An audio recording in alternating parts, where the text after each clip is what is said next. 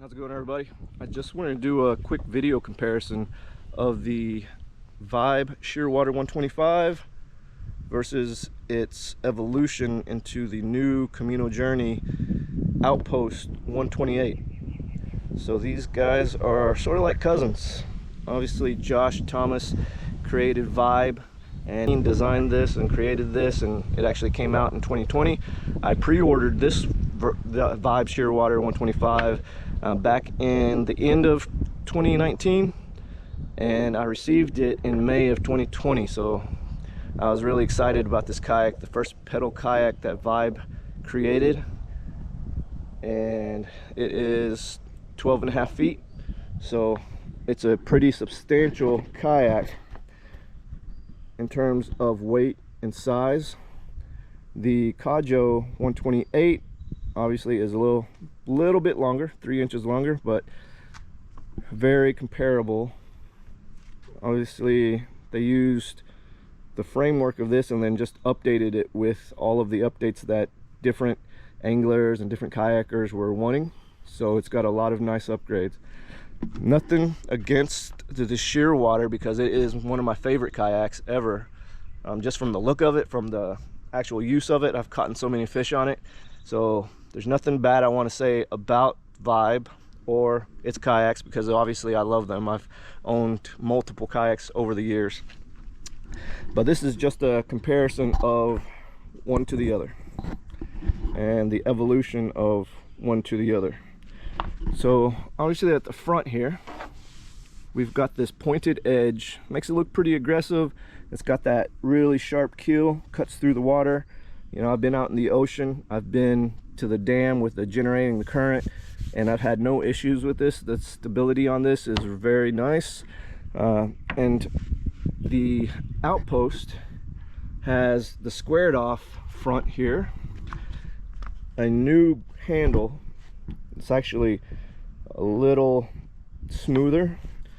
You can see that the Vibe handle has these little raised edges, so it's pokes you a little bit, but this one is a lot smoother here. The Outpost has the inserts, the brass inserts, for power pole mount or for your motor guides or, you know, trolling motors. You can mount a bracket up here, and you can get those up on the front here if you want to do that. They have the little cover here that you can put different mounts on this, so that you're drilling into this cover instead of actually having to drill through the kayak itself. So that is nice, and you can replace these, so that'll be very good access to the inside. On the Shearwater you have the cover right there, and obviously that one is screwed on as well, so you do have access to the inside. There is no storage other than this front cubby, which has the paddle holder, and I don't know what you call this little thing here, but you can store stuff underneath there, but it's not going to be in the hull, and it's subject to water, rain, things like that. You do have the rod tip protectors on either side. That was a very nice design on the Shearwater, which was carried over to the Outpost. The Outpost is very similar, so it has the grooves just like the Shearwater for the rod tips over this side. The update is very nice to the CAJO 128 is this front storage. You can put batteries, you can put, you know, other equipment that you may have, like life jackets or other items that you may have. One of the things that you have to do is push that down, and now it comes up. It is a very large cubby hole, so again, you can put a battery up here. You can have inside access to wiring, different things on the inside, so that is very nice. Having this is actually very nice when you want to store food or clothing or different things like that. So it does have the seal, so it should be watertight, and it does have a paddle holder up front here as well. It's a strap instead of the plastic one over here. Locks in place, it's rock solid, not moving anywhere. Moving forward, we have the electronic pod for Vibe. It has the inserts on the bottom for your transducer, and it has the, you know, little bit of storage in here. It's a little bit small, so you can store maybe a smaller battery and a lot of the wiring. So I had my Garmin Striker 7, and I had a bunch of wiring that filled up this whole thing, so it kind of didn't have enough room for anything else other than that. But the nice thing about these electronics pods is that once you have your unit on here, you can just take it out and then put it in the car, and then when you're ready to go, you just plop it in and, you know, strap it in. So that is a really nice design, which they carried over but in a new look. So this electronics pod has upgraded tie downs here, not tie downs, but these rubber lockdowns, you know, straps here, whatever you want to call it. On the top there is a gear track, and you can mount your sonar directly to it, or they also offer these quad rails that you can put on here that makes it a command station basically, and it gives you just a little bit more room to add different track mounts for phone holders and things like that, cup holders, so if you wanted to do that. But that is a very nice design. Just like the Shearwater, it is designed to be removable, so it's all one unit. On the bottom there are a couple of brass inserts. You can put your transducer on there, and it opens up to that hole in the back. Again, this one's a little bit bigger, so it's going to be a little bit more weight, but it's nice to be able to remove and be able to put it back in all at once. We should lock that in, lock this in, and lock that in on either side here. All right, so just like with Vibe, they have the free flow braces. These are pretty comfortable. They've got the soft matting here. There is the locking mechanism, so that if you want to lock it in place, you can. And then so that removes it, so now you can move it back and forth, and when you're ready to lock it, you just push that in and it finds that hole here. So it's got the foot pegs on either side to do the free flow for when you want to use foot steering. I don't have mine mounted, obviously, so there's no string here that would come up here. I never used it on this one, but I will be using it on the Outpost because I'm going to get a new motor, the NK180 HD, so I want to be able to use the foot steering on this one. So depending on which way you want to go, so that's the way that the foot braces, foot steering should be able to move. And obviously there's locking mechanisms on this as well, so if you want to lock it, now it's not going to go anywhere.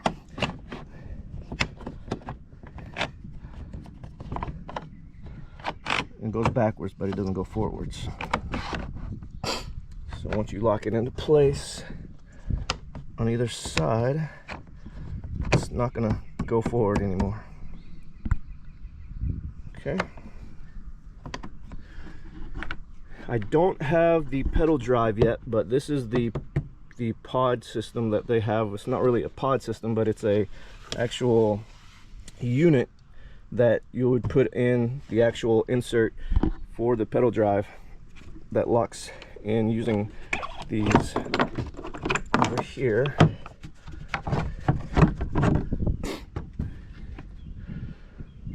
So if you do get the pedal drive, it'll come with a different insert so that you can use the actual pedal drive to go in there. Kind of nice. It's got these nice little bristles, and it locks into place with these bolts here.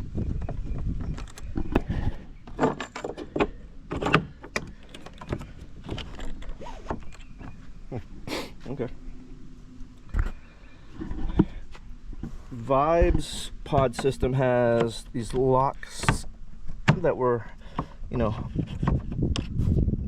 got in by a screw, and you just turn it to lock it into place. Ooh, it's a little tight there. But Vibes has these 3 pucks that lock into place. The pods, they also had an adapter for the fin drives, for the Hobie drives. They had their own X drive.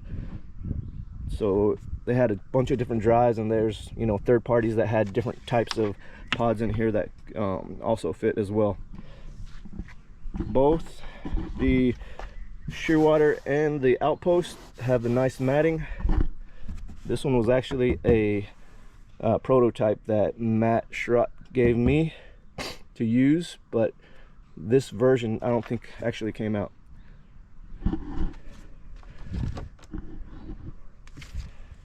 All right, down to the seats here. The seating is one of the biggest differences. We've got the Vibe Shearwater seat, which was a very nice seat.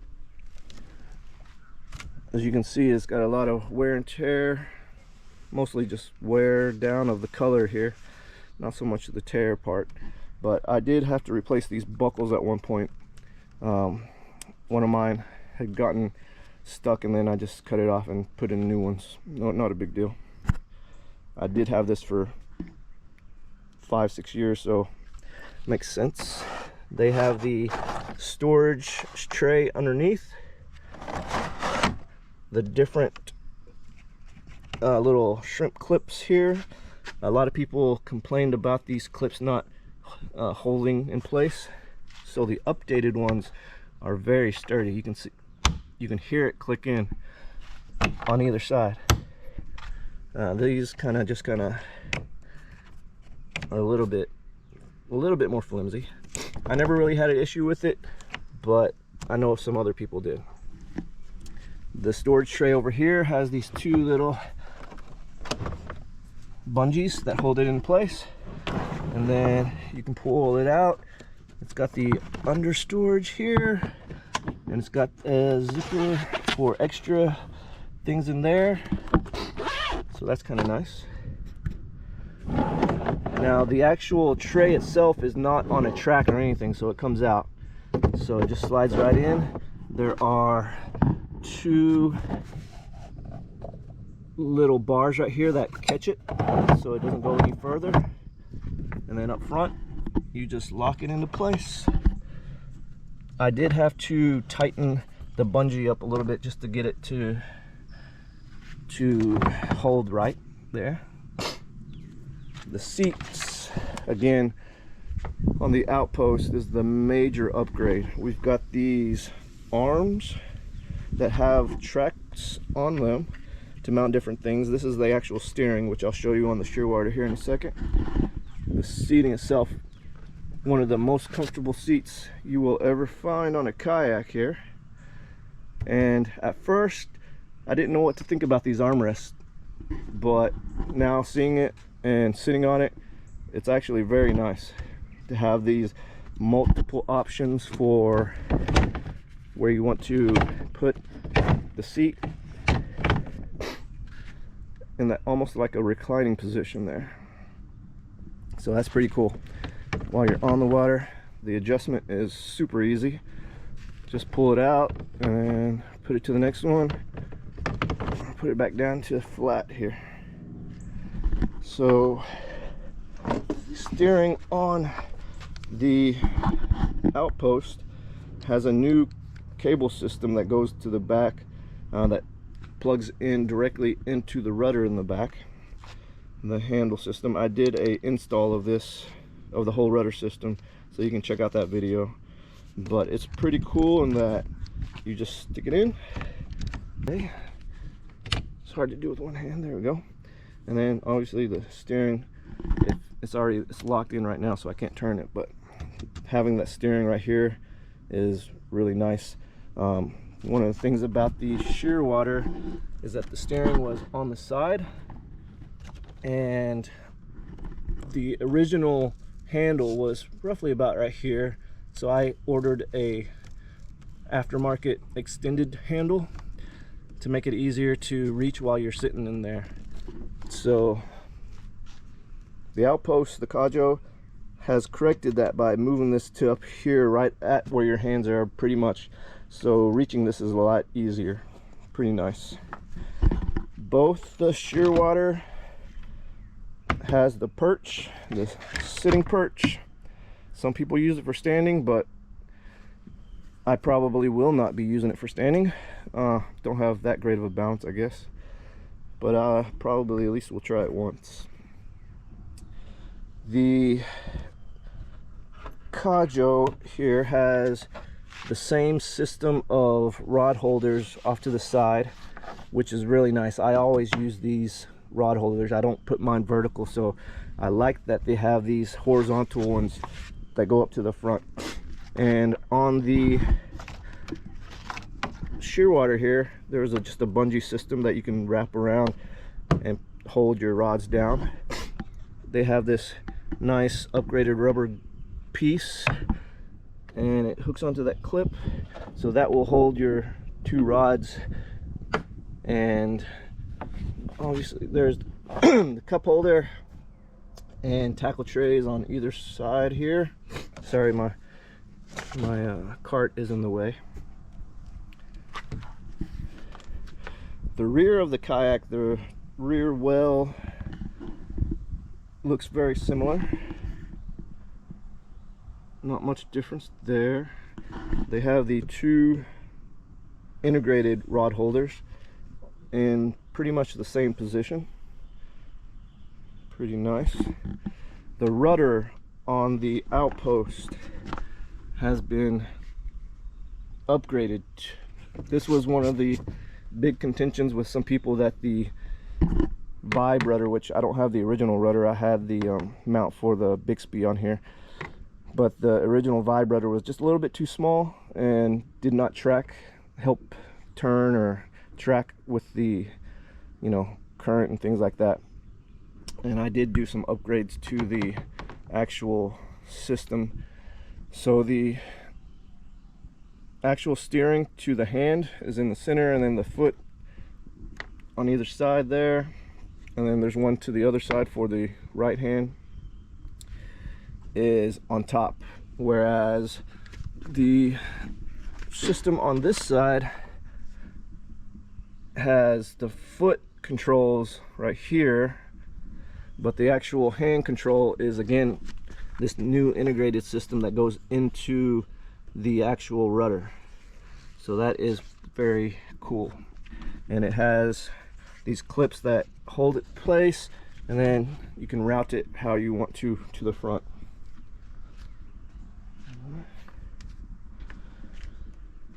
The rear has also lines right here so that you can do a anchor system if you wanted to do an anchor system on either side here, so that's kind of cool too.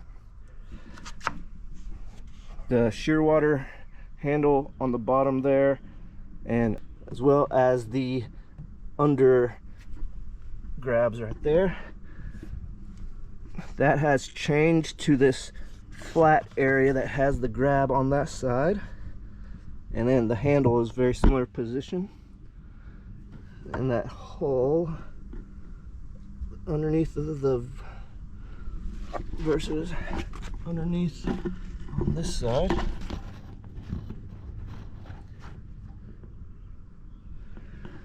So yeah, that is basically the differences side by side. You know, a few inches makes a big difference. You get a little bit more room, a little bit more convenience, a lot of different upgrades that just make it nicer to be on the water. So a lot of people are wondering, you know, why is the price jump from one to the other? Again, it's all about this Pro series. It is a upgraded premium series. So this is a premium kayak, much in the vein of some of the higher end kayaks that you have out there. Some people don't consider Vibe that way, but you know, Vibe has come up a long way from when they first started as well. So their kayaks again are rock solid in my opinion. I haven't had any issues, but I may just be one of the lucky ones. We'll see how in time these CAJO kayaks handle, but right now I am very impressed.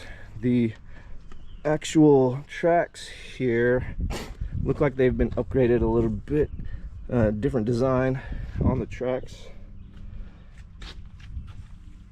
They have these mounting points for the new quad rails so that you could extend it to the sides here, which is nice. There's also a access plate right here on the back, same as with Vibe, so that's pretty standard.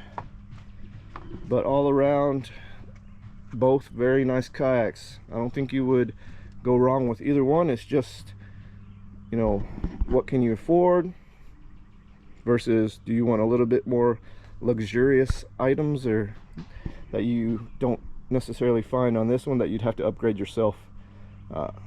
Again, the biggest thing for me with this new kayak, the seat. The upgraded seat is awesome. And then we have the storage. The in-hole storage is a big plus here. Again, the Shearwater, there's plenty of places to put stuff, but it's all on top of the kayak. Whereas this in-hole storage is going to be awesome. Again, it is sealed, so it's not going to get water in it. This larger electronics pod is also going to have more room for you to put more stuff in it. So overall, I am very impressed. Hopefully I can get on the water soon. I still haven't been able to get it on the water just yet, but two very nice looking kayaks. I am very blessed. This one is actually going to go to a new owner on Monday, a couple days from now. I have to go meet him. Hopefully he enjoys it as much as I did. Again, that kayak, that color, oh, it is just so awesome. But then this carbon gray is pretty spectacular as well. Oh yeah, gotta love it. All right, appreciate it, everybody. If you have any questions, just ask. Thanks.